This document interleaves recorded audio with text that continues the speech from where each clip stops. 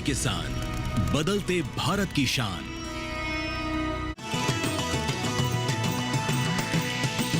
DD किसान, बदलते भारत की शान।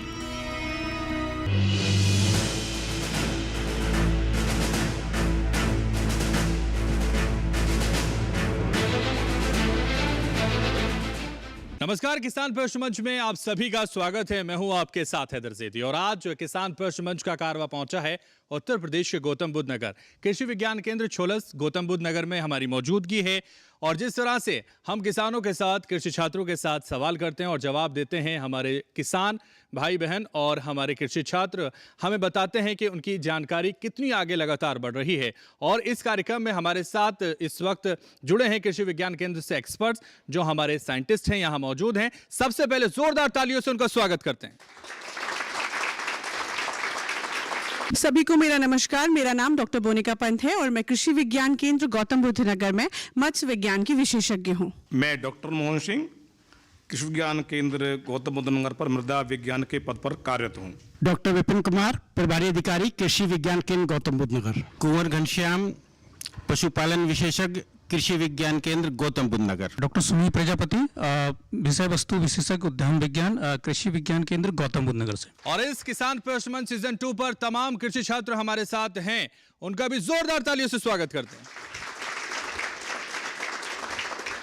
और किसान प्रश्न मंच में आज जो हमारा विषय होगा वो कृषि आधारित उद्यम और मृदा स्वास्थ्य कार्ड योजना से जुड़ा हुआ होगा और उस पर हम सवाल करेंगे, जवाब हमारे कृषि छात्र देंगे और कृषि विज्ञान केंद्र के जो साइंटिस्ट हैं, एक्सपर्ट हैं, वो ये तय करेंगे कि किसने सही और सटीक उत्तर दिया है, उसको किसान प्रश्न मंच पर यहाँ किसान कप देकर सम्मानित किया जाएगा। तो इस सिलसिले को शुरू करते हैं बिना देरी किए और सवाल करते हैं। और अगर आप सही जवाब दे पाते हैं तो किसान प्रश्न मंच पर आपको सम्मानित किया जाएगा यहाँ किसान कप देकर। और ये तय करेंगे हमारे एक्सपर्ट्स। तो बिना देरी किए हम आपके सामने सवाल रखते हैं और सवाल है, कृषि उद्यमिता क्या है, इसके अंदर कौन कौन से मुख्य सेक्टर आते हैं, ये आपको बताना है। तो जल्दी से हाथ खड़े कीजिए।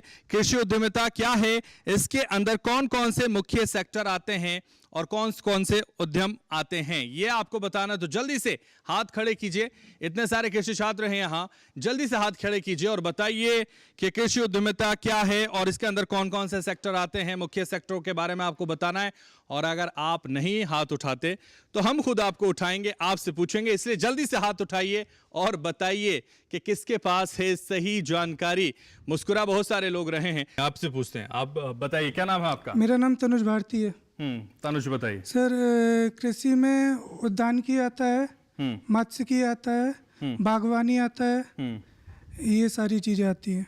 ये सारी और प्राकृतिक खेती कैसे करते हैं, ये भी आता है। हाँ, ठीक है, तनुज बैठिए। और भी कृषि छात्र और छात्राएं हैं, कौन बताना चाहता है? जल्दी से हाथ उठाइए और बताइए कि किसके पास सही और सटीक जानकारी है, जो हमारे इस मंच पर देने के लिए उत्सुक है, जो बताना चाहता है। देखिए, ये बताना चाहते हैं। क्या नाम है आपका? मेरा शिवम नाम है। मैं स्नातक बीएससी एग्रीकल्चर का छात्र हूँ। मैं बताना चाहूँगा कि कृषि उद्यमिता क्या है। एग्रीकल्चर मार्केटिंग है। मार्केटिंग है कि किसी भी हम लोग लोकल एरिया के कोई भी प्रोसेस्ड फ्रूट को एक लेवल पे जाके, क्योंकि मार्केटिंग करने के लिए, और उसमें बहुत सारे सेक्टर आते हैं, जैसे मार्केटिंग करना, प्रोसेसिंग फूड बनाना उसका, और एक छोटे छोटे फूड से, मतलब नॉर्मल ग्रोइंग फ्रूट से अलग अलग प्रोसेस फूड बनाना। जैसे हम लोग टोमेटो करते हैं, उसका केचप बनाते हैं। ये सब सेक्टर उसमें इन्वॉल्व है। ठीक है, बैठिए शिवम। तो शिवम ने भी कोशिश की है, देखिए, और उन्होंने आप बहुत ज्यादा गर्दन हिला रहे हैं शिवम पर, तो मुझे लगता है आप पूरी तरह से सहमत हैं। क्या समझे आप या क्या बताना चाहते हैं? क्या नाम है आपका? मेरा नाम है समित कुमार प्रधान। मैं 6 सेमेस्टर का हूँ। तो इसमें एक्चुअली में ये जो सेक्टर आते हैं उसमें पैकेजिंग आ गया, पैकेजिंग हो गया, फिर हो गया ट्रेड, मतलब ट्रेड इसका मार्किंग होता है इसमें। ठीक है समित, बैठिए। और भी कोई बताना चाहता है? एक बार देखिए, कोशिश एक बार फिर से कर रही है हमारी एक कृषि छात्रा, इनसे फिर से बात करते हैं। अब मुझे लगता है आपने सीख लिया। प्रोसेसिंग के मतलब प्रोसेसिंग जैसे होता है, जहाँ से इनिशियल स्टेज स्टार्ट होता है, वहाँ से लेके मार्केटिंग तक का जो भी प्रोसेस होता है उसमें इंक्लूड करता है, मतलब इसमें इंक्लूड। चलिए, कोशिश आपने की है, अब कोशिश कितनी कामयाब होती है आपकी, ये देखना है। हमारे एक्सपर्ट्स बताएंगे। चलते हैं एक्सपर्ट्स के पास, वो विस्तृत रूप से इस प्रश्न का उत्तर भी हमारे दर्शकों और हमारे किसानों को देंगे। साथ ही वो ये भी तय करेंगे कि किसने सही उत्तर दिया है इस मंच पर, कौन किसान कब का हकदार है। चलते हैं हमारे विशेषज्ञों के पास। देखिए, बहुत अच्छा प्रयास था छात्रों का। पहली बात आती है कि उद्यमिता क्या है, एंटरप्रेन्योरशिप क्या है। तो एंटरप्रेन्योरशिप का मतलब है कि हम किसी भी कार्य को बिजनेस के रूप में लेते हुए और समन्वित तरीके से उसको करें, और उससे जो प्रोडक्ट है, मतलब प्रोडक्शन से लेके मार्केटिंग तक का सारा कार्य उसमें करते हुए और उसको प्रॉपर मैनेज करते हुए करें, वही उद्यमिता है। उस उद्यमिता में बहुत सारे आयाम हैं। अब कृषि उद्यमिता में क्या आता है, कृषि उद्यमिता में जो भी कृषि आधारित उद्यम क्या क्या हो सकते हैं, जैसे आपका डेयरी सेक्टर है, ये भी एक उद्यम है। एक पशु पाल रहे हो आप, दूध पैदा कर रहे हो, उसको दूध को बेच रहे हो, वो उद्यमिता नहीं है। आप पूरा डेयरी का पशुओं का समूह है, उसके दूध उत्पादन और उसके प्रोडक्ट बनाना, वो उद्यमिता में आएगा। और उसका पूरा लेखा जोखा इकोनॉमिक्स भी रख रहे हैं, बजटिंग कर रहे हैं, फंडिंग उसमें बाहर से ले रहे हैं, मार्केटिंग तक जा रहे हैं, उसमें एंड प्रोडक्ट की मार्केटिंग तक। इसी तरीके से उद्यानिकी में आता है। उद्यानिकी में आप जैसे फ्रूट प्रोडक्शन कर रहे हैं और उसके साथ उसके प्रोडक्ट बना रहे हैं, तो उसमें ये एक सेक्टर हो गया। साथ में इसमें मत्स्य भी आता है। मत्स्य के अंदर भी बहुत सारे आयाम हैं, वो उसके आधारित उद्यम हो सकते हैं। प्रोसेसिंग है, अभी हम किसान हमारा गेहूं पैदा कर रहा है, लेकिन यदि वो गेहूं से आटा बना रहा है तो वो उद्यमिता में आ गया, और वो उसको फिर मार्केटिंग भी कर रहा है। तो इस तरीके से ये उद्यमिता कृषि आधारित बहुत सारे आयाम हैं उद्यमिता के, ठीक है। तो जैसे प्रोसेसिंग इंडस्ट्री हो गई हमारी, मिल्क प्रोडक्शन, मिल्क प्रोडक्ट्स का हो गया, इसके साथ साथ मुर्गी पालन है, सूअर पालन है, मधुमक्खी पालन है, ये सारे इससे कृषि आधारित उद्यम है। और उससे अलग बहुत से ऐसे भूमिहीन कृषक हैं जिनके पास भूमि नहीं है, तो वो मशरूम उत्पादन का कार्य कर सकते हैं।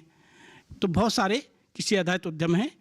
तो ये कृषि आधारित उद्यम इसमें आते हैं। पूर्णतः सत्य तो किसी का नहीं था, लेकिन शिवम बहुत हद तक उसके नज़दीक पहुँचे हैं, तो वो एक इस कप के हकदार बनते हैं। आइए शिवम, जोरदार तालियां शिवम के लिए बजा दीजिए। शिवम ने कोशिश की है और कोशिश इनकी कामयाब हुई है, तो इसलिए इन्हें दिया जाता है किसान कप। ठीक है, बहुत शुक्रिया, सही जवाब आपने दिया और किसान कप के हकदार आप बन गए।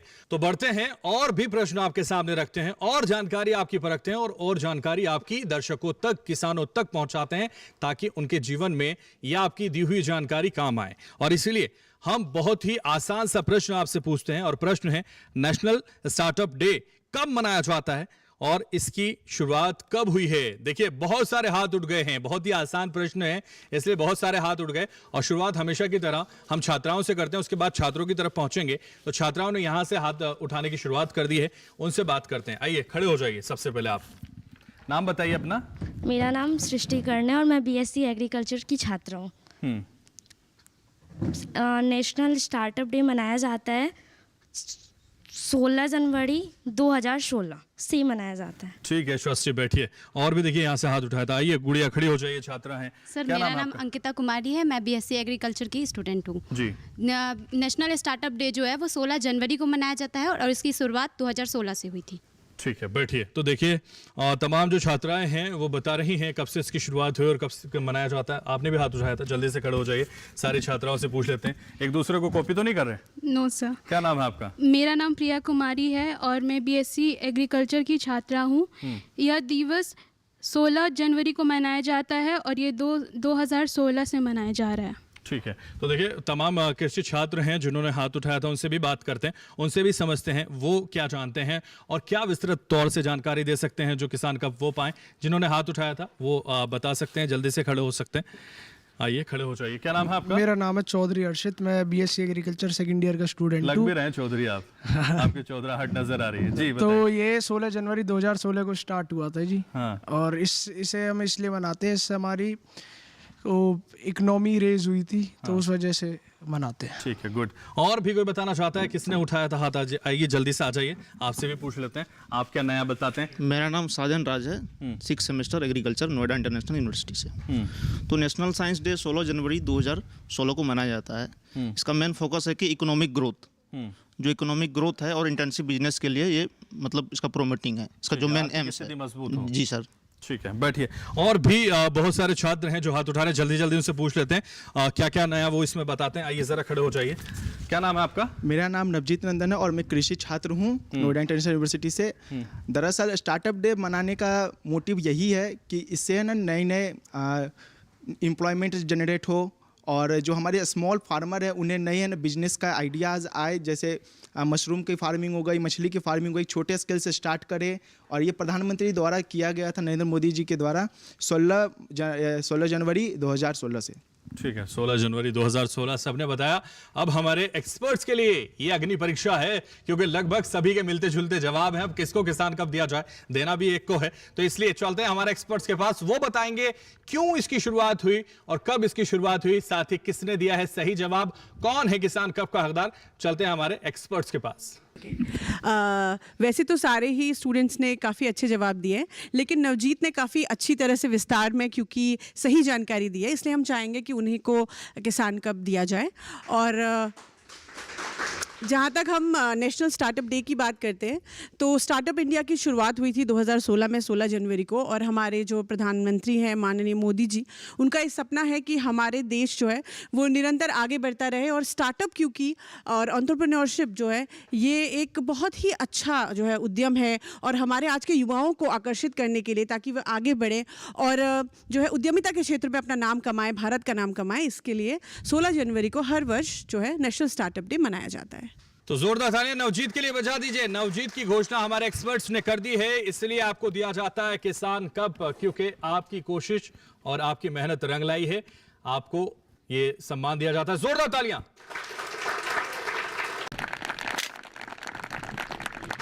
बहुत शुक्रिया, सही जवाब आपने दिया और इसीलिए बन गए आप किसान कप के हकदार। और लोग भी बन सकते हैं, निराश ना हो, अभी बहुत सारे प्रश्न हैं, इसलिए कोशिश करते रहिए। कोशिश करने वालों की कभी हार नहीं होती है, और इसीलिए इस सिलसिले को आगे बढ़ाते हैं और प्रश्न आपके सामने रखते हैं। और प्रश्न उद्यमिता से ही जुड़ा हुआ है। कृषि उद्यमिता को बढ़ावा देने वाली 5 सरकारी योजनाओं के नाम आपको बताने हैं। जल्दी से हाथ उठाइए और कृषि उद्यमिता को बढ़ावा देने वाली 5 सरकारी योजनाओं के नाम बताइए। जिनको भी पता है वो बता सकते हैं और किसान कब पा सकते हैं। और ये सम्मान पाने के लिए कोशिश जरूर करिएगा। अगर नहीं भी पता है, चलिए देखिए उधर से छात्रा ने हाथ उठा दिया है, कोशिश बार बार कर रही हैं, इसलिए कोशिश करने वालों की हार नहीं होती, मैं ये बार बार कह रहा हूँ। आइए, नाम बताइए। मेरा नाम अंकिता है, मैं बीएससी एग्रीकल्चर की स्टूडेंट हूँ। हाँ अंकिता, सर, बताइए। 5 स्कीम्स गवर्नमेंट के द्वारा है। एक AB agriculture clinic and agriculture business centre, दूसरा है नाबार्ड, तीसरा है प्रधानमंत्री बीमा योजना, चौथा है प्रधानमंत्री सिंचाई बीमा योजना, और पांचवा है सॉरी सर, पांचवा याद नहीं है, लास्ट में रह गए, किनारे पर रह गए। चलिए, 4 की कोशिश की, अभी एक्सपर्ट को सोचना है कि किसने सही बताया है। और लोगों से भी हम प्रश्न का उत्तर ले लेते हैं। देखिए कृषि छात्र ने हाथ उठाया, आइए जरा खड़े हो जाइए, नाम बताइए। मेरा नाम साजन राज है, 6 सेमेस्टर से एग्रीकल्चर से। साजन राज जी सर। ठीक है, बोलिए। तो टोटल 5 स्कीम जो है, बहुत सारे हैं ऐसे भी। प्रधानमंत्री किसान सम्मान योजना, प्रधानमंत्री किसान बीमा योजना, प्रधानमंत्री किसान सम्मान योजना, सम्मान निधि योजना, सम्मान निधि योजना, हाँ। प्रधानमंत्री किसान बीमा योजना, और AIF भी है, एग्रीकल्चर इंफ्रास्ट्रक्चर फंड, ये भी है। फिर उसके बाद नाबार्ड भी है, और क्या कहता है, कृषि सिंचाई योजना भी है। ठीक है, कोशिश आपने की, 5 हो गई हैं। और लोगों ने भी हाथ उठाया था पीछे से, और जो कह रहे थे 5 हो गई हैं, तो वो पूरी तरीके से गिन रहे थे, इसका मतलब तो वो भी बता सकते हैं। अब तो याद हो गई होंगी 5। और भी लोग यहाँ हैं जो 5 योजनाओं के बारे में बता सकते हैं। और छात्राओं से पूछते हैं, आपसे पूछते हैं, आप भी सोच रहे हैं मुझे याद हो गई क्या? आपको भी खड़े हो जाइए। क्या नाम है आपका? माय नेम इज कुसुम। हाँ, कुसुम आई एम बताइए। From BSc agriculture. प्रधानमंत्री बीमा योजना, नाबार्ड, पशुधन बीमा योजना। 3 हो गई। चलिए बैठिए। और भी कोई बताना चाहता है? और भी अगर कोई बताना चाहता है तो जल्दी से हाथ उठा सकता है। आप बताना चाहते हैं, लेकिन आपको पहले ही सम्मान मिल चुका है, तो इसलिए स्किप कर देते हैं आपको, और लोगों को मौका देते हैं। और लोग और भी कोई बताना चाहते हैं तो जल्दी से हाथ उठा सकता है, और नहीं बताना चाहता तो चलते हैं हमारे एक्सपर्ट्स के पास। एक्सपर्ट्स बताएंगे 5 योजनाओं के बारे में विस्तार से, साथ ही वो ये भी तय करेंगे कि किसने दिया है सही जवाब, कौन है किसान कप का हकदार। चलते हैं हमारे एक्सपर्ट्स के पास। देखिए, किसानों के लिए उद्यमिता से संबंधित और किसानों के जो विकास है उससे संबंधित भारत सरकार द्वारा बहुत सारी योजनाएं चलाई जा रही हैं। जैसे एक तो प्रमुख योजना है प्रधानमंत्री किसान सम्मान निधि योजना, जिसमें हर तिमाही पर किसान को वर्ष में 3 बार 2-2 हज़ार रुपये की धनराशि उसके सीधे खाते में दी जाती है। इसके अलावा प्रधानमंत्री किसान ये सम्मान निधि योजना की मैंने चर्चा की, सिंचाई योजना है, प्रधानमंत्री मत्स्य संपदा योजना है जो अपना मछली पालन का कार्य करना चाहते हैं। इसके अतिरिक्त जो भी कोई छोटा उद्यम करना चाहते हैं अपना, उसको नाबार्ड से फंडिंग मिलती है या उसको जो सब्सिडी होती है वो सीधे उसके खाते में जाती है, किसी भी बैंक से वो अपना लोन ले सकता है और अपना कोई उद्यम स्टार्ट कर सकता है। तो प्रधानमंत्री कृषि सिंचाई योजना है, प्रधानमंत्री मत्स्य संपदा योजना है, इसके साथ साथ आपका फसल बीमा योजना है, जिससे फसल को हमारा नुकसान ना हो किसी तरह की आपदा से, तो उससे बचाव के लिए इस तरह की योजनाएं ये उन किसानों के लिए संचालित हैं। और सभी ने अच्छे अच्छे प्रयास किए और अभी छात्र हैं, सीख रहे हैं, बहुत अच्छा कार्य करेंगे भविष्य में और किसानों के लिए भी काम आएंगे। जवाब का प्रयास तो बहुत लोगों ने किया, लेकिन सबसे सटीक जो था, सटीकता के नज़दीक जो था, वो अंकिता जी का था। तो देखिए, अंकिता के लिए जोरदार तालियां बजा दीजिए। प्रयास किया और कामयाब हुई, और सबसे पहले प्रयास किया, ये भी काबिल तारीफ है। सबसे पहले बताना बहुत बड़ी बात होती है। इधर आ जाइए अंकिता, दोनों हाथों से सम्मान लीजिए। जोरदार तालियां एक बार फिर से बजा दीजिए। बहुत शुक्रिया, सही जवाब आपने दिया और इसीलिए किसान कप के हकदार आप बन गए और लोग भी बन सकते हैं। तो लगातार देखिए, हम सवाल आपसे पूछेंगे और उससे पहले मैं एक्सपर्ट से कहूंगा कि उन योजनाओं के बारे में जो लगातार सरकार के द्वारा चलाई जा रही हैं, जरा एक संदेश हमारे किसानों को, हमारे कृषि छात्रों को दीजिए और बताइए कि उन योजनाओं से कितने लाभान्वित हमारे किसान हो रहे हैं। देखिए, जहाँ तक योजनाओं का प्रश्न है, हमारे कृषि विज्ञान केंद्र द्वारा और इसके साथ साथ कृषि विभाग एवं अन्य विभागों द्वारा समय समय पर किसानों को सभी योजनाओं के बारे में अवगत कराया जाता है। और आज जैसे जो भी हमारे किसान भाई इस कार्यक्रम को देख रहे हैं और जो छात्र छात्राएं जुड़े हुए हैं कार्यक्रम के साथ, मैं उनको अवगत करा दूं। सर्वप्रथम तो एक बहुत अच्छी योजना जो हमारी भारतीय सरकार ने चलाई हुई है, वो प्रधानमंत्री किसान सम्मान निधि योजना है, जिसके बारे में मैंने अभी पूर्व में भी चर्चा की। इसके अतिरिक्त प्रधानमंत्री सिंचाई योजना है, जिसके अंतर्गत यदि कोई किसान भाई अपने खेतों पर सिंचाई के संसाधन को एकत्र करना चाहता है, जैसे अंडरग्राउंड पाइपिंग वगैरह करना चाहता है, तो उसमें सब्सिडी की है और उसमें जो भी लागत आती है उसका कुछ 30% से लेके 50% तक सब्सिडी है। वो जाति के आधार पर, और साथ में जो महिला के लिए ज़्यादा है और पुरुष किसान के लिए कम है। इसके अतिरिक्त जैसे प्रधानमंत्री मत्स्य संपदा योजना है, जिसमें कोई तालाब वगैरह खुदवाना चाहता है, उसके बारे में विस्तृत चर्चा हमारी केंद्र की मत्स्य वैज्ञानिक करेंगे आपसे।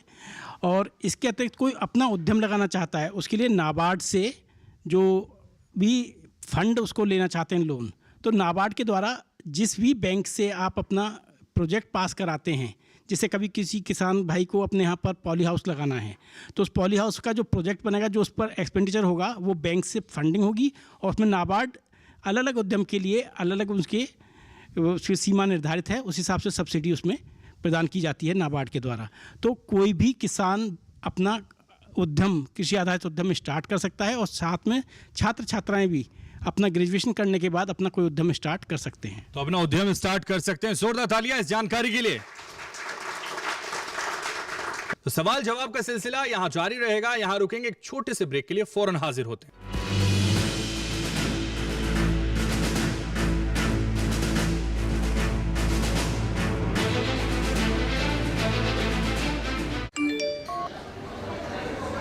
वीडियो लाइक करने के पैसे मिलेंगे? So easy. अनजान लिंक्स पर क्लिक मत कीजिए। RBI कहता है, जानकार बनिए, सतर्क रहिए। किसान सिर्फ अन्न नहीं उगाते, सपने भी उगाना जानते हैं। इन्हीं सपनों के लिए फसल उगाने का खर्च कवर करता है SBI का किसान समृद्धि ऋण, जो पूरी करे प्रगतिशील किसान की हर आवश्यकता। ये लोन उपलब्ध है 5 लाख से 50 करोड़ की धनराशि तक। इस लोन में मिलती है क्रॉप साइकिल के अनुसार भुगतान की सुविधा। सिक्योरिटी के रूप में मान्य है एग्रीकल्चरल लैंड या कोई अन्य मान्य संपत्ति। इस तरह SBI का किसान समृद्धि ऋण बन रहा है किसान की उन्नति का आधार।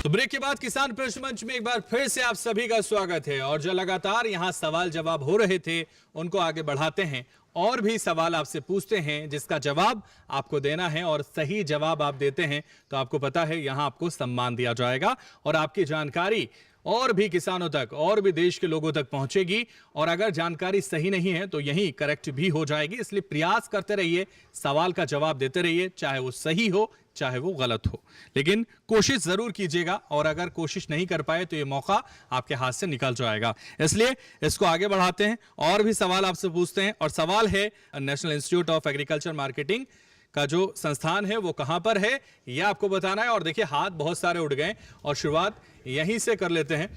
चलिए इस बार हमारे एक्सपर्ट्स का कहना है पीछे से कर लेते हैं, तो पीछे से हम शुरुआत कर लेते हैं और फिर हम बात करते हैं। अब आइए जरा आपसे पूछते हैं, आइए खड़े हो जाइए, पहले इनसे बात कर लेते हैं। मेरा नाम साजन राज है और मैं बीएससी एग्रीकल्चर का छात्र हूँ। तो ये जयपुर राजस्थान में स्थित है जो नियाम है, और ये मेनली चौधरी चरण सिंह से डेडिकेट होके ये स्थित हुआ था और ये 1988 में स्थित हुआ था। ठीक है, आइए जरा खड़े हो जाइए, नाम बताइए। चौधरी हर्षित, नियाम जयपुर में है जी ये संस्थान। ठीक है, बहुत कट टू कट जवाब दे रहे हैं चौधरी साहब, ज़्यादा टाइम वेस्ट नहीं करना चाहते। चलिए छात्राओं से पूछ लेते हैं, आइए खड़ी हो जाइए, नाम बताइए। मेरा नाम प्रिया कुमारी है और मैं बीएससी एग्रीकल्चर की छात्रा हूँ। यह नियाम जयपुर में स्थित है और इसके अंतर्गत जितने भी एग्रीकल्चर में प्रोडक्शन होते हैं छोटे छोटे चीज़ों के, उससे हम लोग कैसे कमर्शियल प्रॉफिट या इकोनॉमी कैसे देश का बढ़ा सकते हैं उसके बारे में जानते हैं। क्या नाम है आपका? प्रिया कुमारी। प्रिया, देखिए प्रिया ने अच्छी कोशिश की है और भी लोगों ने हाथ उठाया था, छात्राओं ने हाथ उठाया था, आपने भी हाथ उठाया था, बताइए।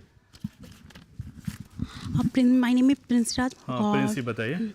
ये जयपुर नियाम जो है वो जयपुर राजस्थान में स्थित है और ये 1988 से स्टार्ट हुआ है। 1988 स्टार्ट हुआ है। और भी कोई बताना चाहते हैं? उधर से बताना चाहते हैं? ठीक है, क्या नाम है आपका? मेरा नेम आशुतोष पुंडीर है। मैं नोएडा अंतर्राष्ट्रीय विश्वविद्यालय के बीएससी एग्रीकल्चर में 6 सेमेस्टर का स्टूडेंट हूँ।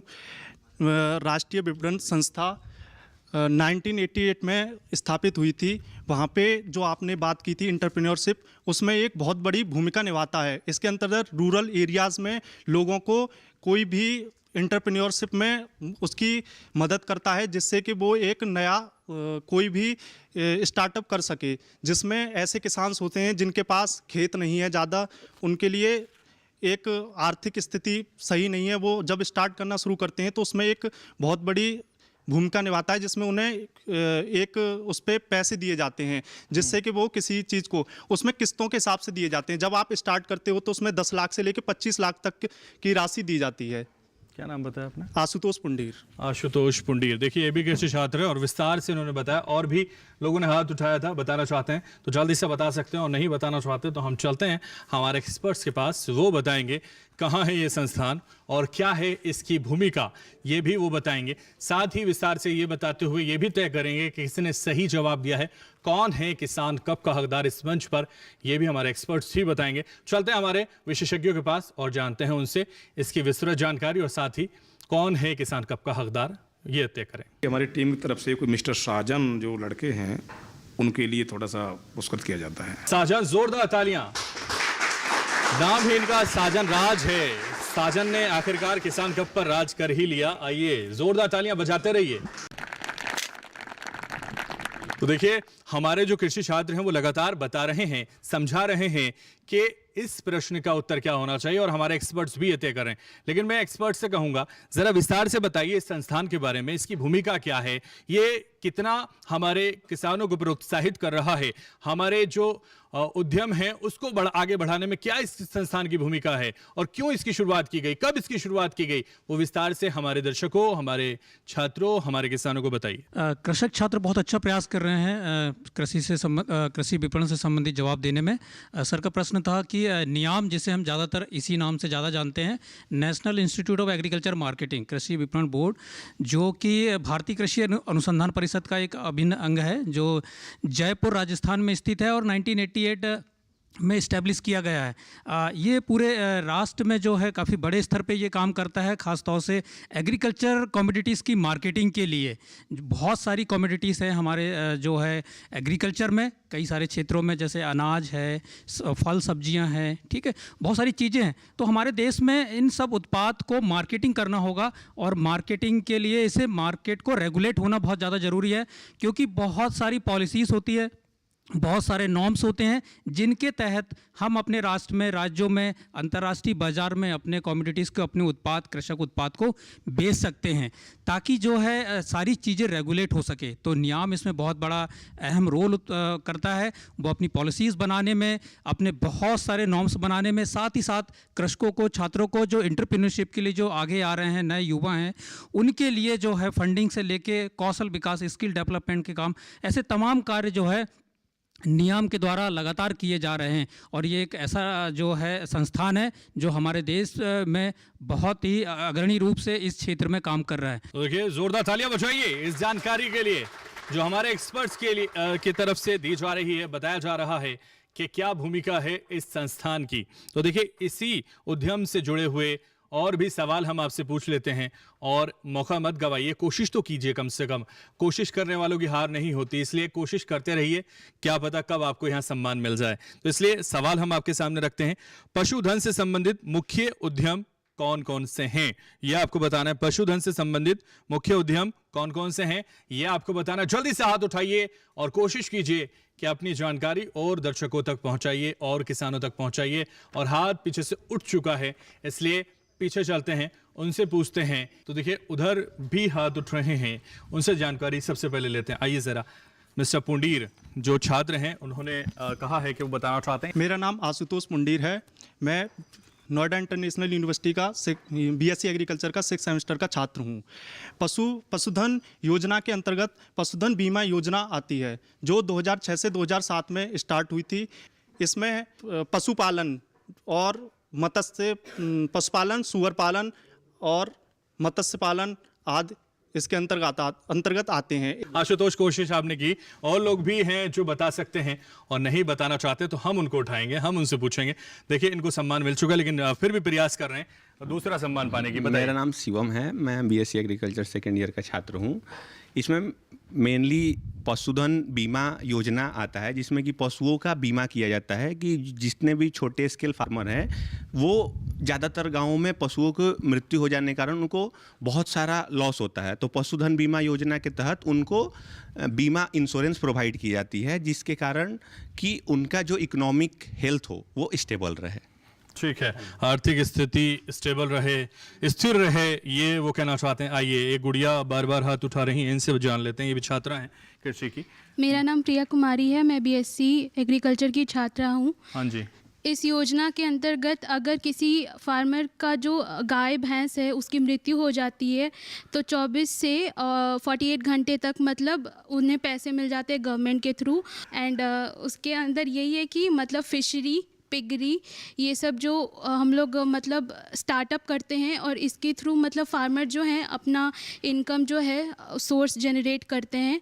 एंड आजकल यहाँ बहुत लोग इसके बारे में नहीं जानते हैं, लेकिन वही धीरे धीरे लोग इसके बारे में जान रहे हैं और अपनी स्टैंडर्ड ऑफ लिविंग को अच्छा कर रहे हैं। ठीक है, कोशिश आप कर रहे हैं, लेकिन और लोगों से भी पूछ लेते हैं। अभी आपने तैयारी कर ली क्या? अभी तो आपने मना कर दिया था। याद आ गया। हाँ, याद आ गया। हाँ, बताइए। जैसे आपके पास कोई भी एनिमल्स है या लाइव स्टॉक उनके पास है, तो वो उनके लिए इंश्योरेंस करवाती है, और गवर्नमेंट जो सेंट्रल गवर्नमेंट है वो इसके लिए इसको इंटरेस्ट देती है 50% एक्स्ट्रा करके। अगर उनकी गाय वगैरह भैंस मर जाता है तो उनको काफ़ी लॉस हो सकता है, तो वो अपना इंश्योरेंस, कोई कोई योजना होता है जो लैंड के लिए होता है और ये एनिमल्स के लिए। इसमें अगर उनकी गाय भैंस या फिर कोई भी चीज़ है वो मर रही है तो इंश्योरेंस करा के 50% एक्स्ट्रा ले सकते हैं, और इससे उसको लॉस थोड़ा कम होगा, इकोनॉमिक बैलेंस भी बना रहेगा इससे, और फिर स्टेबिलिटी मिलेगी फार्मर्स को कि हाँ हम काम कर सकते हैं, आगे बढ़ सकते हैं।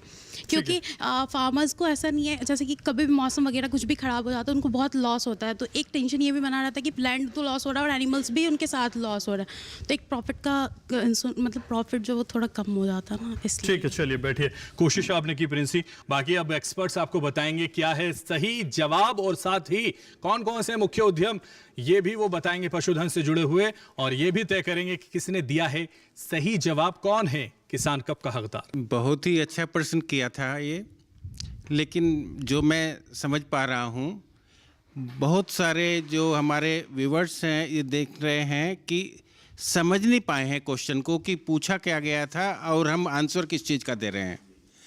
तो ये जो पूछा था उद्यम के बारे में पूछा गया था, आपने योजना के बारे में बताया सभी ने ज़्यादातर, कि पशुधन बीमा योजना के बारे में बहुत ही अच्छा बताया आपने। कई बार सर प्रश्न पत्र में होता क्या है कि सवाल कोई भी आए, जवाब जो आता है वो लिख दो जी, वो यहाँ किया गया है। तो वो किया गया है। जहाँ तक उद्यम की बात है, बिल्कुल आप सभी लोग जानते हैं पशुधन उद्यम में सबसे पहले दूध का ही काम होता है, डेयरी का। तो बिल्कुल आसान सा था, सब जगह कृषक भाई हमारे मिनी डेयरी के रूप में 2 भैंस से कर सकते हैं, 2 गाय से कर सकते हैं। इसका कार्य शुरू किया जा सकता है और इसमें बहुत ज़्यादा ज़मीन की भी आवश्यकता नहीं है। लैंडलेस फार्मर जो हमारे हैं, भूमिहीन कृषक, वो भी इसको कर सकते हैं और आगे तक बढ़ाया जा सकता है एंटरप्रेन्योरशिप को। जो 2 भैंसों से या 2 गाय से शुरू करके इससे दूध का काम किया जा सकता है। गांव में चिलिंग प्लांट एक छोटे लेवल पे लगा के उसको आप दूध सेल कर सकते हैं, बोतल बंद करके दूध का व्यापार किया जा सकता है, उद्यम किया जा सकता है। जो हमारे यहाँ खास तौर से एनसीआर की यदि बात करें हम, तो यहाँ दूध की बहुत ज़्यादा मांग है और अपनी सोसाइटी में निकटतम जो भी आपके कस्बे हैं, शहर हैं, वहाँ पे बहुत ही दूध की मांग है। तो वहाँ पे दूध का काम किया जा सकता है। दूध के अलावा आप पनीर का काम कर सकते हैं, खोआ का काम कर सकते हैं, ये भी इससे जुड़े हुए काम हैं। और पशुओं से संबंधित यदि उद्यम की बात करें तो आजकल वर्मी कंपोस्ट की भी बहुत ज़्यादा मांग है। तो वर्मी कंपोस्ट को भी पशुओं के गोबर से आप तैयार कर सकते हैं। दूध के साथ में ये आपका एडिशनल बेनिफिट हो सकता है। इसके अलावा आजकल जो बात चल रही है, आदरणीय प्रधानमंत्री जी द्वारा जो नया कार्यक्रम शुरू किया गया है, नेचुरल फार्मिंग, जो गौ आधारित प्राकृतिक खेती है, उसमें दूध भी आपका एक मेन रोल है। उससे भी पैसा मिलेगा, गोबर से भी पैसा मिलेगा और गाय के पेशाब से भी हम पैसा कमा सकते हैं। इसके लिए नेचुरल फार्मिंग में जो है, इसके गाय के पेशाब की बहुत, जो देसी गाय हैं हमारी, देसी गाय का संरक्षण और संवर्धन की जो बात आती है, इनको कैसे बढ़ाया जाए, गाय को कैसे बढ़ाया जाए, इनकी नस्लों को कैसे रखा जाए, सुधार किया जाए और दूध के उत्पादन में हम अग्रणी कैसे हो सकते हैं, ये सब इस उद्यम में आता है। सेकंड नंबर पे बैठी हुई हैं, इन्होंने भी अच्छी कोशिश की थी बताने में, प्रिया। जोरदार तालियां प्रिया के लिए बजा दीजिए और तालियां बजाते रहिए, क्योंकि जो छात्र यहां बताकर कुछ आ रहा है उसको सम्मान दीजिए। इधर आ जाइए। बहुत शुक्रिया, सही जवाब आपने दिया और कोशिश कम से कम आपने की, उसके लिए आपको ये सम्मान दिया जाता है प्रिया। और भी लोगों को ये सम्मान दिया जा सकता है। और हम सवाल पूछते हैं क्योंकि प्राकृतिक खेती की बात हो रही थी अभी, तो प्राकृतिक खेती से जुड़ा हुआ ही एक सवाल है जो बहुत महत्वपूर्ण है, वो हम पूछ लेते हैं। और वो सवाल है, प्राकृतिक खेती क्या है, इस क्षेत्र में आय के क्या क्या अवसर हैं, ये आपको बताना है। जल्दी से हाथ उठाइए और बताइए प्राकृतिक खेती क्या क्या है, प्राकृतिक खेती क्या है और इस क्षेत्र में आय के क्या क्या अवसर हैं। तो देखिए, हाथ यहां से उठना एक बार फिर से आगे से शुरू हो गया है। और ये जो छात्रा हैं, कृषि छात्रा, जो बार बार प्रयास कर रही हैं, हो सकता है इनकी कोशिश इस बार कामयाब हो जाए, तो इसलिए इनसे बात कर लेते हैं। प्रिंसीराज, और मैं बीएससी एग्रीकल्चर की स्टूडेंट हूँ। और नेचुरल फार्मिंग जो है, नेचुरल फार्मिंग ये होता है कि जैसे हम नेचर से ही स्टार्ट करते हैं। सो जैसे कि हम कोई भी फार्मिंग कर रहे हैं उसमें बिना केमिकल्स, बिना फर्टिलाइज़र का यूज़ करके, बिना सॉइल के टेक्सचर को ख़राब करके हम अपना क्रॉप उगाएंगे और उससे प्रोडक्टिविटी भी करेंगे। ठीक है, इसमें क्या है कि एक तो आपका सॉइल भी मेंटेन रहेगा, सॉइल की फर्टिलिटी भी लूज़ नहीं होगी और इन्वायरमेंट में जो इतना ज़्यादा पॉल्यूशंस वगैरह हो रहा है ये भी कम होगा। तो ये नेचुरल फार्मिंग इसलिए हम लोग यूज़ करते हैं। ठीक है। और इसमें सॉइल में जैसे मैन्योर का यूज़ होता है तो हम उसमें गोबर का यूज़ कर सकते हैं और फिर गाय के यूरिन से भी हम यूज़ कर सकते हैं यहाँ पे, कि सॉइल की मोस्टली बस ये है कि सॉइल का जो टेक्सचर है वो इम्बैलेंस ना हो और एसिडिक वगैरह ये ना प्रॉब्लम आए और एनवायरनमेंट है वो भी सिक्योर है हमारा। ठीक है, एक्सेंट बहुत अच्छा है आपका। देखिए, और भी लोग हैं जो बताना चाहते हैं, यहाँ से इनसे पूछते हैं। ये जरा आप शांत बैठे हैं बिल्कुल। क्या नाम है आपका? I am Asprolika from BSc Agriculture 4th semester, Noida International University. Natural farming is a chemical free and natural farming is best for the cultivation. बैठिए प्रोलिका, आइए आपसे बात करते हैं। आप हाथ उठा रहे, बताइए। सर, नेचुरल फार्मिंग एक फार्मिंग प्रैक्टिस है जो कि प्राकृतिक तौर में हम लोग करते हैं, जिसमें कि जो पेस्टिसाइड हम लोग यूज करते हैं अभी टाइम में, मॉडर्न एग्रीकल्चर जो कर रहे हैं, modern farming, pesticide, chemical side, मतलब जो भी साइड यूज कर रहे हैं उसको हटाने के लिए हम लोग नेचुरल फार्मिंग का यूज करते हैं। उसको हटाने के लिए मतलब नेचुरल फार्मिंग में हम लोग पूरी तरीक़ा से कंजर्वेशन प्रैक्टिस करते हैं इसमें, और मेन उद्देश्य ये है कि सस्टेनेबल प्रैक्टिस बनाए रखे, सस्टेनेबल प्रैक्टिस मेंटेन रहे और बायो कंजर्वेशन प्रैक्टिस बनाए रखे। और इसमें हम लोग नेचुरल फार्मिंग में हम लोग सर मतलब कि फार्मेड मैन्यूर, जो भी फार्मेड मैन्यूर है, कंपोस्ट है, उसका ज़्यादा यूज करते हैं। जैसे कि नीम ऑयल केक का यूज करते हैं, बहुत सारा मस्टर्ड केक का यूज करते हैं नेचुरल फार्मिंग में, जिससे हमारा ऑर्गेनिक मैटर का जो सॉइल में ऑर्गेनिक मैटर कंटेंट है वो बनाए रखे, और जो ऑर्गेनिक का जो भी ऑर्गेनिक मैटर है वो अच्छे से बनाए रखे, और किसान को और जो भी हम लोग हैं, हम लोग का हेल्थ सही रहे। ठीक है, तो स्वास्थ्य ठीक रहे और अपना अच्छे से ख्याल रख पाएँ, इसलिए नेचुरल फार्मिंग का रीज़न ये बता रहे हैं।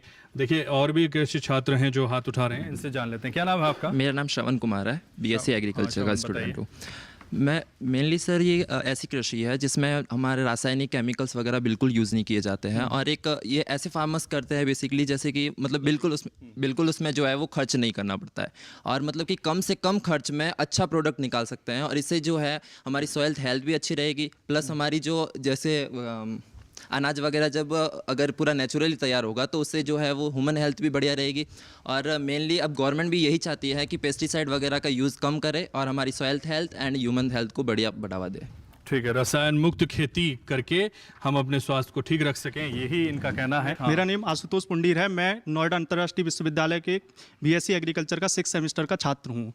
Natural farming, basically natural farming में नेचुरल फार्मिंग इसलिए करते हैं क्योंकि उसमें किसी भी रासायनिक चीज़ का उपयोग ना किया जाए, उससे बचा जाए, क्योंकि बहुत सारी बीमारियां जो है केमिकल से फैल रही हैं, और ये ऐसी घातक बीमारियां हैं जिससे बहुत ज़्यादा नुकसान हो रहा है। हरित क्रांति के बाद बहुत ज़्यादा पेस्टिसाइड का यूज किया जा रहा था, क्योंकि देश में अनाज की कमी को देखते हुए इसको हर जगह स्टार्ट किया गया। उसके बाद देखा गया कि बहुत ज़्यादा केमिकल यूज हो रहा है, इसलिए नेचुरल फार्मिंग को लाया गया। इसमें अगर हम पेस्ट को रोकते हैं या डिजीज़ को रोकते हैं तो हम किसी भी क्रॉप्स को फेरबदल करके उगा सकते हैं। उसको हम एक फसल को अगर उगा रहे हैं तो नेक्स्ट सीजन में उसे ना उगा के उससे अलग, जिससे कि कोई भी डिजीज़ दूर हो सके।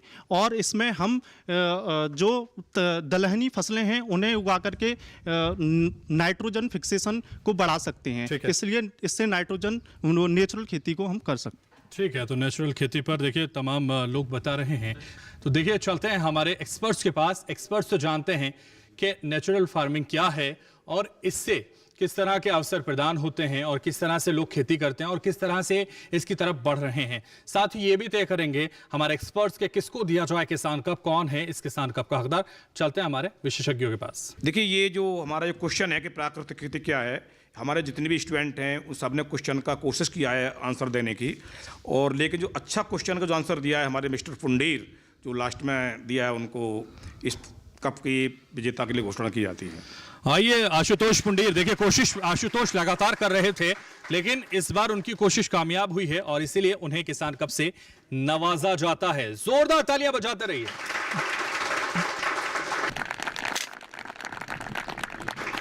बहुत शुक्रिया, सही जवाब आपने दिया और देखिए किसान कप के हकदार आप बन गए हैं। हम बात लगातार हमारे एक्सपर्ट से करेंगे और समझेंगे उनसे कि प्राकृतिक खेती की तरफ क्यों बढ़ना चाहिए, और प्राकृतिक खेती को लेकर जो किसानों के मन में सवाल हैं वो भी हम अपने एक्सपर्ट से पूछेंगे। लेकिन यहां रुकेंगे एक छोटे से ब्रेक के लिए, फौरन हाजिर होते हैं।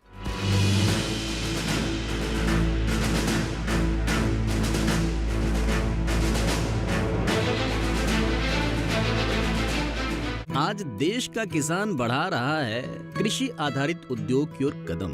उसकी इस यात्रा में साथ है SBI का agri and food enterprise loan. हर प्रकार की फूड प्रोसेसिंग तथा कृषि निर्यात इकाई के लिए संपूर्ण समाधान। ये लोन उपलब्ध है 1 लाख से 100 करोड़ की धनराशि तक, और इसको चुकाने की समय सीमा है अधिकतम 10 साल। क्रेडिट गारंटी कवर की सीमा तक 0 कोलेटरल सिक्योरिटी। SBI का agri and food enterprise loan बन रहा है किसान की उन्नति का आधार।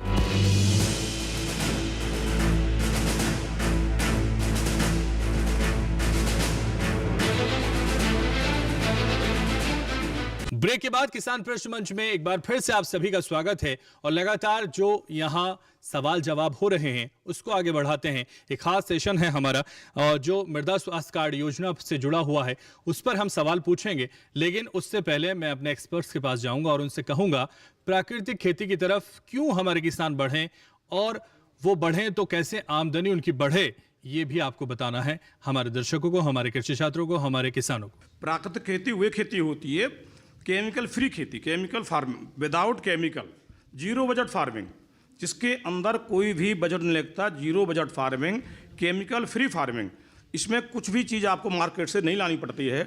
इसकी आप देखें खेती करने के लिए, जो भी डॉक्टर ने बताया था, पशु का गोबर अपने घर का होता है, यूरिन अपने घर का होता है, बेसन अपने घर का होता है, ठीक है। इतनी जो इसके प्रोडक्ट इस खेती करने के लिए जिस आवश्यक सामग्री की आवश्यकता होती है वो किसान के ही घर होती है।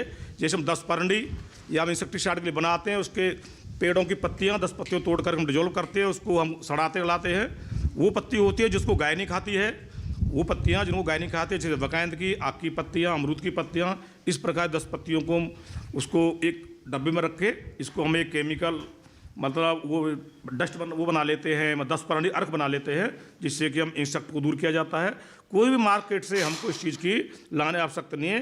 एक सीधी फरवासा है कि जीरो बजट फार्म, इसमें कोई भी खर्चा नहीं होता है, नेचुरल के द्वारा, प्रकृति के द्वारा। जैसे भी एक बच्चे ने बताया कि ग्रीन मैनरिंग वही प्रकृति से होता है, जीवांश कार्बन बढ़ता है, ठीक है, उससे भी अच्छा होता है। और आपका जो हमारा पशु है उससे भी जीवांश कार्बन बढ़ता है। प्राकृतिक खेती वो खेती होती है जिसमें कोई भी केमिकल नहीं लगाया जाता और प्रकृति के द्वारा जो भी सोर्स होते हैं, जो प्रकृति सोर्स के द्वारा जो हमारे प्रोडक्ट तैयार होते हैं, सामग्रियाँ, उसके द्वारा हम जो खेती करते हो हमारी नेचुरल फार्मिंग कहलाती है। तो देखिए, नेचुरल फार्मिंग को लेकर देखिए हमेशा जो किसान हैं उनके मन में एक सवाल रहता है और वो कहते हैं कि जो नेचुरल फार्मिंग होती है उसमें हमें आमदनी ज़्यादा नहीं होती, हमें रसायन मुक्त खेती करने में लागत ज़्यादा होती है और आमदनी कम होती है।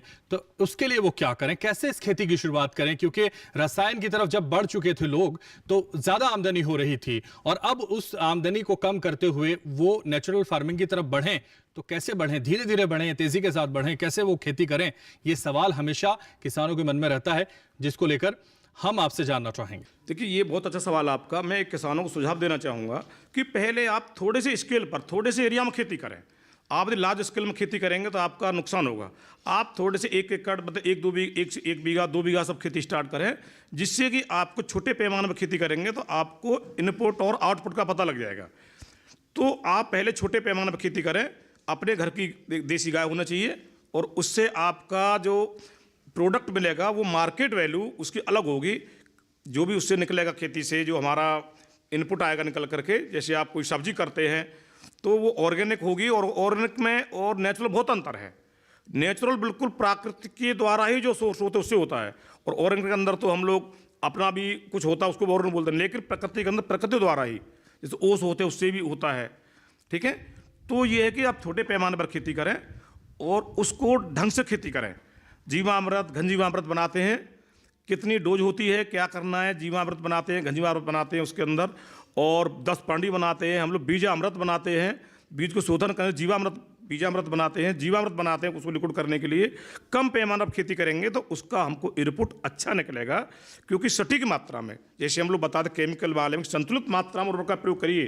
तो आप भी इनके खेती करने के लिए जो भी संतुलित मात्रा में कितना जीवामृत देना है, कितना घन जीवामृत देना है, और कितना आपको बीजामृत देना है, कितना बीज को कैसे शोधित करना है, ठीक इस प्रकार से हमारे जितने भी हमारे शस्त्र होते हैं, कि जैसे 10 परंडी होता है, ब्रह्मास्त्र होता है इंसेक्ट के लिए, तो इस प्रकार के कम एरिया में खेती करेंगे तो उससे हमारा आउटपुट निकलने में थोड़ा सा ठीक रहेगा। कम शुरुआत करिए कम से और आगे बढ़िए और नेचुरल फार्मिंग की तरफ बढ़ते हुए नजर आएंगे। तो देखिए, तमाम जो बीमारियां हैं वो आपसे दूर रहेंगी और यही हमारे एक्सपर्ट्स आपको समझा रहे थे। महत्वपूर्ण जानकारी उन्होंने दी, जोरदार तालियां उनके लिए।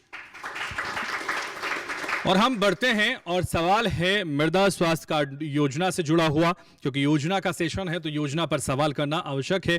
और मृदा स्वास्थ्य कार्ड योजना कब शुरू हुई, मृदा स्वास्थ्य कार्ड योजना क्या है, ये आपको बताना। जल्दी से बताइए, हाथ उठाइए, और हाथ पीछे से उठने लगा है तो इसलिए शुरुआत पीछे से कर लेते हैं और जान लेते हैं उनसे मृदा स्वास्थ्य कार्ड योजना कब शुरू हुई है और इसका उद्देश्य क्या है, ये क्या है, इस योजना से क्या लाभ है, ये बताना चाहते हैं। आइए ज़रा खड़े हो जाइए, छात्रा हैं। क्या नाम है आपका? मेरा नाम राक्षी है और मैं नोएडा इंटरनेशनल यूनिवर्सिटी का स्टूडेंट हूँ। ये सॉइल हेल्थ कार्ड जो है ये 19 फरवरी 2015 को शुरू हुआ था और इसमें सॉइल में जो माइक्रोन्यूट्रिएंट्स और मैक्रोन्यूट्रिएंट्स से प्रेजेंट है वो कृषि को पता चलता है कि वो कितने अमाउंट में है, ताकि वो मतलब जितना भी चाहिए उसके बाद जो प्लांट्स को जो न्यूट्रिएंट्स चाहिए वो उसी अकॉर्डिंग दे सकें। क्या नाम आपका? राक्षी। राक्षी। ठीक है राक्षी, बैठिए। देखिए और भी कृषि छात्र हैं जो हाथ उठा रहे थे। आइए ज़रा आपसे बात करते हैं। मेरा नाम श्रवण कुमार है, मैं बीएससी एग्रीकल्चर का छात्र हूँ। सॉइल हेल्थ कार्ड जो होता है इसमें एक तरीके का डाटा होता है जिसमें कि किसानों को ये पता चलता है कि उनकी सॉइल में कितने न्यूट्रिएंट्स की रिक्वायर्ड है और कितने प्रेजेंट है। इससे हमें ये फ़ायदा होता है कि एक तो एक्सेसिव फर्टिलाइज़र वगैरह किसान यूज़ नहीं करेगा और वो इतने मतलब कि एक्स्ट्रा फर्टिलाइज़र बिना नॉलेज के कर लेते हैं कि ये सॉइल हेल्थ जो है वो दिनों दिन ख़राब होती जा रही है। और ये डाटा जो है वो ये स्कीम जो है वो 2015 से स्टार्ट हुई थी और अभी तक जो है वो 24 करोड़ कार्ड जो है वो किसानों को वितरित कर रखे हैं। और ये स्कीम जो है वो प्रधानमंत्री मोदी जी ने लाई थी। इसके ये फ़ायदा है कि एक तो हमारी सॉइल क्वालिटी भी पता चलेगी और दूसरा ये है कि हमारा नुकसान नहीं होगा, प्रोडक्टिविटी अच्छी होगी और ये हर 3 साल से डाटा जो है वो कलेक्ट किया जाता है। Thank you sir. चलिए ठीक है, बैठिए श्रवण कुमार। और देखिए और भी छात्र हैं जो यहाँ बताना चाहते हैं, उनसे बात करते हैं। सर मेरा नाम साजन राज है और हम बीएससी एग्रीकल्चर स्टूडेंट्स हैं 6 सेमेस्टर से। तो सॉइल हेल्थ कार्ड स्कीम जो है ये 2015 में लॉन्च हुई थी, 19 फरवरी 2015। और ये जो सॉइल हेल्थ कार्ड स्कीम है ये प्राइम मिनिस्टर मतलब नरेंद्र मोदी के द्वारा ये स्थित हुआ था।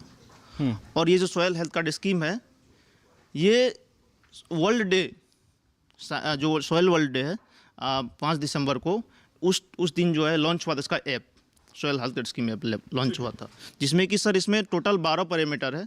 इसमें सर एक स्लोगन भी है, स्वस्थ धरा खेत हरा, ये स्लोगन दिया गया था। इसमें टोटल 12 पैरामीटर है जिसमें कि इलेक्ट्रिकल कंडक्टिविटी, सॉइल पीएच और जो माइक्रो न्यूट्रिएंट्स है उसको बढ़ाने के लिए। और उसका जो मेन फोकस क्या है कि जो न्यूट्रिएंट्स का कमी जो होता है, जो फार्मर किसान जो करता है खेती, उस न्यूट्रिएंट को कैसे रिकमेंडेड किया जाए, मतलब किस न्यूट्रिएंट का कमी है उसको कैसे मतलब बढ़ाया जाए, तो वो बताता है ये। ठीक इसका मेन उद्देश्य ये। ठीक है, मेन उद्देश्य ये है। और देखिए तमाम कृषि छात्राएं जो हाथ उठा रही हैं, हालांकि उनको पहले ही सम्मान मिल चुका है और लोगों को मौका देते हैं, ये कोशिश लगातार कर रही हैं। इसका मेन है कि मतलब जैसे कोई भी फार्मर है वो अपना छोटा सा एरिया है उनके पास, तो वो उस छोटे से एरिया का थोड़ा सा पार्ट सॉइल किसी भी इंस्टीट्यूट या फिर जहाँ पे भी सॉइल हेल्थ कार्ड उनको इशू होता है वहाँ पे लेके जाएंगे। उसकी टेस्टिंग होगी पहले, पीएच क्या है क्या नहीं है, कि कौन सी कमी है सॉइल में, या फिर उसकी इलेक्ट्रिक कंडक्टिविटी क्या है, पीएच क्या है सॉइल की, कौन सी क्रॉप वो लगा सकते हैं, इन सब चीज़ के बारे में उनको पहले बताया जाता है कि आपकी क्रॉप, ये जो सॉइल है आप किस सॉइल के लिए बेनिफिशियल है, कौन सा क्रॉप आप लगाएंगे तो आपको प्रोडक्टिविटी ज़्यादा होगा। फिर उनको वो सॉइल हेल्थ कार्ड की वो कार्ड जो होती है वो मिलती है उन्हें। देखिए कोशिश आपने की है। और भी कोई बताना चाहता है तो देखिए हम आगे बढ़ते हैं और हम एक्सपर्ट्स के पास चलते हैं। एक्सपर्ट्स बताएंगे आपको मृदा स्वास्थ्य कार्ड योजना के बारे में, कब इसकी शुरुआत हुई और मृदा स्वास्थ्य क्या कैसे चेक किया जाता है, कैसे इसका क्या उद्देश्य है, ये सारी जानकारी हमारे एक्सपर्ट्स आपको देंगे। साथ ही वो ये भी तय करेंगे कि किसने दिया है सही जवाब, कौन है किसान कब का हकदार। चलते हैं हमारे विशेषज्ञों के पास। वैसे तो सारे ही जितने भी आंसर आए सारे ही सही थे, लेकिन प्रिंसी राज, जैसे कि हमारे एंकर सर भी बोल रहे हैं कि मेहनत करने वालों को कभी हार नहीं होती, तो प्रिंसी को हम आगे बुलाएंगे और वो कप की हकदार बनेंगी। आइए प्रिंसी, जोरदार तालियां प्रिंसी के लिए बजा दीजिए, क्योंकि इन्होंने जो कोशिश की है वो कोशिश अब तक जारी थी और कोशिश में कामयाब हुई है। एक बार फिर से तालियां बजा दीजिए। बहुत शुक्रिया, सही जवाब आपने दिया। तो देखिए हमारे जो एक्सपर्ट्स हैं मैं उनसे जानूंगा, लेकिन उससे पहले हम एक और प्रश्न ले लेते हैं और जल्दी से प्रश्न, अंतिम प्रश्न है इस मंच का, तो सभी कोशिश कीजिए कि जवाब दीजिए और किसान कप पाने की कोशिश कीजिए। और इसी से जुड़ा हुआ ये प्रश्न है, हम आपसे पूछते हैं मृदा परीक्षण क्यों आवश्यक है। देखिए मृदा का जो परीक्षण है वो क्यों जरूरी है ये आपको बताना है, तो जल्दी इस मंच पर ये आखिरी प्रश्न है और इसके बाद कोई प्रश्न नहीं होगा, तो इसलिए कोशिश कीजिए कि जवाब दे पाएं। और भी बहुत सारे लोग हैं और इतने सारे लोगों ने भी जवाब दिया था मृदा परीक्षण को लेकर। हम कृषि छात्रों से पूछते हैं, कृषि छात्राएं लगातार आगे हैं और बता रही हैं, लेकिन हम कृषि छात्रों से शुरुआत करते हैं और कुछ कृषि छात्र यहाँ बड़े अलग से हैं। आइए जरा खड़े हो जाइए। इसमें कोई भी चीज़ बिना टेस्ट करे हमें पता ही नहीं है कि इसमें कितनी किस चीज़ को डालना है, तो वो कुछ बोएंगे तो वो हमें अच्छा रिजल्ट ही नहीं मिलेगा। अगर किसी अब फिर हम उसका टेस्ट करेंगे, हमें पता चलेगा इसमें इस चीज़ की कमी है, वो चीज़ डालेंगे तो उससे हमें फिर हम कुछ बोएंगे तो अच्छे रिजल्ट्स आएंगे। ठीक है, बस ही। अच्छे रिजल्ट तभी आएंगे जब आप टेस्ट कर लेंगे। तो हम वही सोच रहे थे अच्छे रिजल्ट आएंगे कि नहीं आएंगे एक्सपर्ट्स की तरफ से। आइए इनसे कृषि छात्रा से पूछते हैं, ये खड़े हो जाइए। मृदा परीक्षण हम इसलिए करते हैं कि सॉइल टेस्ट करना बहुत ज़रूरी है। इससे हमारे किसान को जो भी फसल हम उगाते हैं इससे हमारे किसान को नुकसान ना हो ज़्यादा। ठीक है, चलिए बैठिए। हाँ, कहीं ना कहीं ये रीज़न तो है कि नुकसान ना हो, लेकिन विस्तार से आप नहीं बता पाए। और भी कोई बताना चाहता है? देखिए, जिन लोगों को मौका मिल गया मैं कोशिश करूंगा कि उन लोगों से पूछूं जिन्हें बिल्कुल मौका नहीं मिला है। ये अंतिम प्रश्न है, आइए ज़रा खड़े हो जाइए आप। मृदा परीक्षण इसलिए कराना चाहिए ताकि मिट्टी में जितने भी न्यूट्रिएंट्स की कमी हो वो पता चलता है। मिट्टी में कोई प्रॉब्लम हो उसके सॉल्यूशन मिल जाएंगे टेस्ट कराने से, इसलिए कराते हैं। ठीक है, मिट्टी में जो कमियां हैं उसके सोल्यूशन मिल जाएंगे, वो ढूंढ पाएंगे। और कौन बताना चाहता है जल्दी से? तो देखिए और भी लोग हैं जो बताना चाहते हैं, आइए ज़रा खड़े हो जाइए, आप बताना चाहते हैं। जी सर, मेरा नाम श्रवण कुमार है, मैं बीएससी एग्रीकल्चर का छात्र हूँ। आपने पूछा कि सर सॉइल टेस्टिंग क्यों कराया जाता है। सॉइल टेस्टिंग मेनली सर, अब जैसे कि बिना जाने तो हम किसी चीज़ के ऊपर कोई भी चीज़ अप्लाई करेंगे तो उसका रिजल्ट ख़राब ही आना है। तो इसी चीज़ की वजह से हम सॉइल सैंपल कराते हैं, तो उसमें हमें ये पता चल जाए पहला कि सॉइल का पीएच हमें पता चल जाएगा। सॉइल की क्वालिटी मेनली चेक की जाती है कि इसमें सॉइल पीएच कैसा है, सॉइल में न्यूट्रिएंट्स कैसे हैं, किसकी इसकी रिक्वायरमेंट ज़्यादा है, कौन सा एक्सेसिव है तो उसका यूज़ कम करना है। फिर इरिगेशन सिस्टम देखा जाता है इसमें कि कैसा इरिगेशन रखना है, फ्लड वगैरह तो ना हो जाए। इन सब चीज़ों को देखने के लिए हम सॉइल सैम्पलिंग मेनली किया जाता है, और इससे हमें एक मतलब पैमाना मिल जाता है कि इसमें कितना हमारा लागत आएगा और कितनी चीज़ को जो है वो मतलब अप्लाई करेंगे तब हमारा रिजल्ट अच्छा आएगा। और इससे जो है हमारी क्रॉप प्रोडक्टिविटी में फ़र्क आएगा और उसमें जो है हमारी मतलब इनकम जो है वो भी कम लगेगी, एक्स्ट्रा पैसा। तो इसी चीज़ के लिए हम सॉइल सैम्पलिंग। तो देखिए, श्रवण ने आपको बताया कि कैसे वो मिट्टी की जांच करना क्यों जरूरी है। और भी कोई बताना चाहता है तो जल्दी से हाथ उठा लीजिए। आइए ज़रा, ये छात्रा हाथ उठा रहे हैं, इनसे बात करते हैं। टेस्टिंग जरूरी इसलिए है सबसे पहले कि हाई क्रॉप यील्ड के लिए सॉइल टेस्टिंग करना ज़रूरी है, क्योंकि सभी क्रॉप्स हम लोग डिफरेंट सॉइल में मिट्टी में उसको ग्रो करते हैं। जैसे कॉटन के लिए ब्लैक मिट्टी जो है बेस्ट होता है, तो उस सॉइल टेस्टिंग इसलिए ज़रूरी है ताकि उसके मिट्टी की फर्टिलिटी हम लोग जांच सकें, उसके पीएच कितना है, वाटर होल्डिंग कैपेसिटी कितना है। क्योंकि कुछ फार्मर होते हैं जिनको पता नहीं रहता है कि इस मिट्टी में कितना हम लोग केमिकल ऐड कर सकते हैं, उसके वजह से कुछ उसमें यूजफुल माइक्रो न्यूट्रिएंट्स रहते हैं जो किल हो जाते हैं। जैसे कि अर्थवर्म होता है, केचुआ, जो हमारे मिट्टी की फर्टिलिटी को बढ़ाता है, तो ज़्यादा केमिकल यूज़ कर देते हैं, उसकी वजह से वो किल हो जाती है, मर जाती है।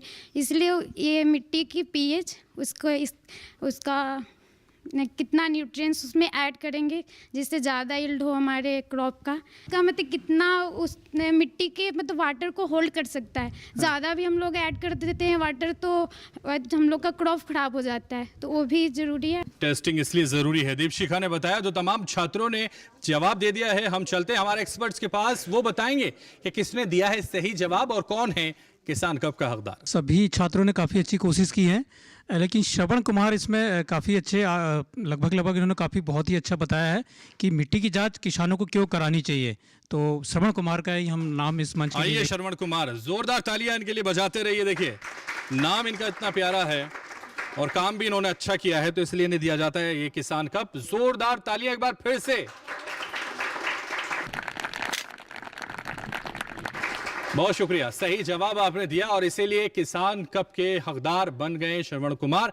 तमाम छात्र हमारे इस मंच पर देकर जवाब किसान कप के हकदार बन गए हैं और उन्होंने बखूबी बहुत सही ढंग से जवाब देने की कोशिश की, जिसके लिए वो काबिल तारीफ हैं। हम चलते हैं हमारे एक्सपर्ट्स के पास। एक्सपर्ट्स से कहेंगे जल्दी छोटा अपना संदेश हमारे दर्शकों, हमारे किसानों को आज से जुड़े कार्यक्रम को लेकर दीजिए आप। अपने सभी दर्शक किसान भाइयों और कृषक महिलाओं से मेरा ये संदेश है कि क्योंकि हम एक ऐसे देश में रह रहे हैं जहाँ जल संपदा बहुत अधिक है, तो मैं आप सभी लोगों से आग्रह करना चाहूँगी कि मत्स्य पालन के क्षेत्र में आप लोग आगे बढ़िए।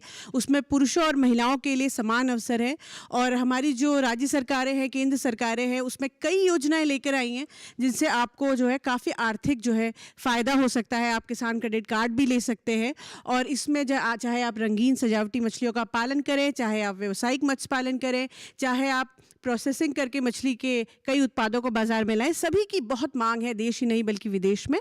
तो आप सभी आगे बढ़िए और हमारा कृषि विज्ञान केंद्र आप सभी के साथ है। धन्यवाद। मैं कहना स्वस्थ धरा तो खेत हरा और बूंद बूंद पानी धरती सुहानी। इसलिए आप धरती को स्वस्थ बनाइए और धरती स्वस्थ तभी होगी जब मिट्टी की जांच कराएंगे, प्राकृतिक खेती करेंगे और ऑर्गेनिक खेती करेंगे और हम पानी को बचाएंगे। वाटर होल्डिंग कैपेसिटी, पानी को हम बचाएंगे, उसको पानी को होल्ड करेंगे।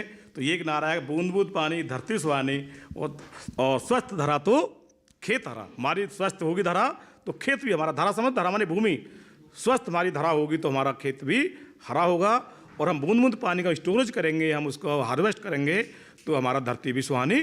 जोरदार तालियां। आज के इस कार्यक्रम के अंत में मैं कुंवर घनश्याम, कृषि विज्ञान केंद्र गौतम बुद्ध नगर से देश के किसानों से एक छोटा सा आह्वान करना चाहता हूँ। स्वस्थ भारत के लिए हमें आगे बढ़ना है और स्वस्थ भारत के लिए हमें पहले अपने स्वास्थ्य के लिए काम करना है, हमें अपनी ज़मीन के लिए काम करना है, हमें अपने पर्यावरण के लिए काम करना है। और इस सब को देखते हुए जो थोड़ा सा हम गौ आधारित प्राकृतिक खेती की तरफ बढ़ेंगे, माननीय प्रधानमंत्री जी का ये संदेश है कि यदि स्वस्थ भारत रहेगा, स्वस्थ हमारे सभी इंसान रहेंगे तो हम आगे बढ़ पाएंगे। इसलिए थोड़ा गौ आधारित प्राकृतिक खेती की तरफ आगे बढ़ें और अपनी गाय माता को बचाएं। प्रश्न मंच के माध्यम से मैं अपने कृषक मित्रों, कृषक महिलाएं और युवाओं को मैं एक संदेश देना चाहूँगा कि ये जो प्राकृतिक खेती है और ऑर्गेनिक फार्मिंग है, इसका कॉन्सेप्ट आप ज़रूर अपनी खेती में लेकर के आइए। और ख़ास तौर से राष्ट्रीय राजधानी क्षेत्र में जिन फसलों की बहुत ज़्यादा मांग है, जैसे कि उद्यान फसलें हैं, बहुत बड़ा क्षेत्र है और आर्थिकी का भी एक बहुत बड़ा स्थान है उद्यानिक फसलों का, फल फूल सब्जियाँ, ये जो है आपको बहुत ज़्यादा हाई वैल्यू क्रॉप्स हैं, ये बहुत ज़्यादा अंतर्राष्ट्रीय बाजार रखती है, तो इनको अपनाने की अपने खेतों में अपनाएं। साथ ही जो एकल पद्धति है, जो धान गेहूं जो हमारे राष्ट्रीय राजधानी क्षेत्र में देखा जाता है, तो इसके साथ ही इसमें अपनाने की पूरी कोशिश की जाए। तो मेरा एक ही संदेश है कि ये इन फसलों को भी जो है उद्यान फसलों को लेकर के अपनी आर्थिकी में सुधार करें। तो देखिए, इस मंच पर हमारे साथ तमाम एक्सपर्ट जुड़े। सबसे पहले हमारे एक्सपर्ट्स का इस मंच पर जुड़ने के लिए जोरदार तालियों से शुक्रिया अदा करें। और इतने सारे कृषि छात्र छात्राएं हमारे साथ जुड़ी, आपका भी जोरदार तालियों से शुक्रिया अदा करते हैं इस कार्यक्रम में पहुंचने पर, जुड़ने पर। तो फिर किसी नई जगह होंगे हाजिर, तब तक के लिए हमें दीजिए इजाजत और देखते रहिए दूरदर्शन किसान। नमस्कार।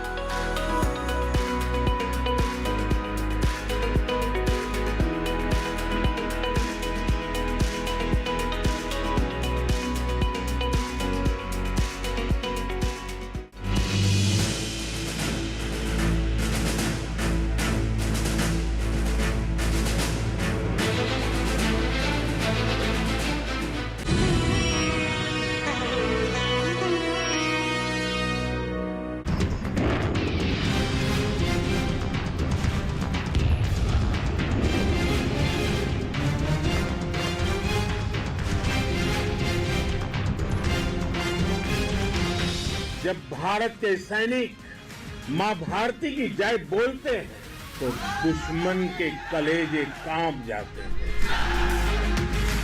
जब हमारी फौजें न्यूक्लियर ब्लैकमेल की धमकी की हवा निकाल देती है तो आकाश से पाताल तक एक ही बात गूंजती है, भारत माता की जय। भारत माता की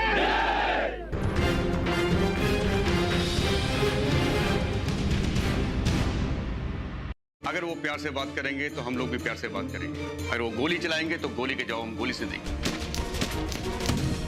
अभी जो अपना बिजनेस कर रहे हैं ये आप तब कर पाते हैं क्योंकि हम पलटन प्रतिदिन शाम 6 बजे डीडी नेशनल पर।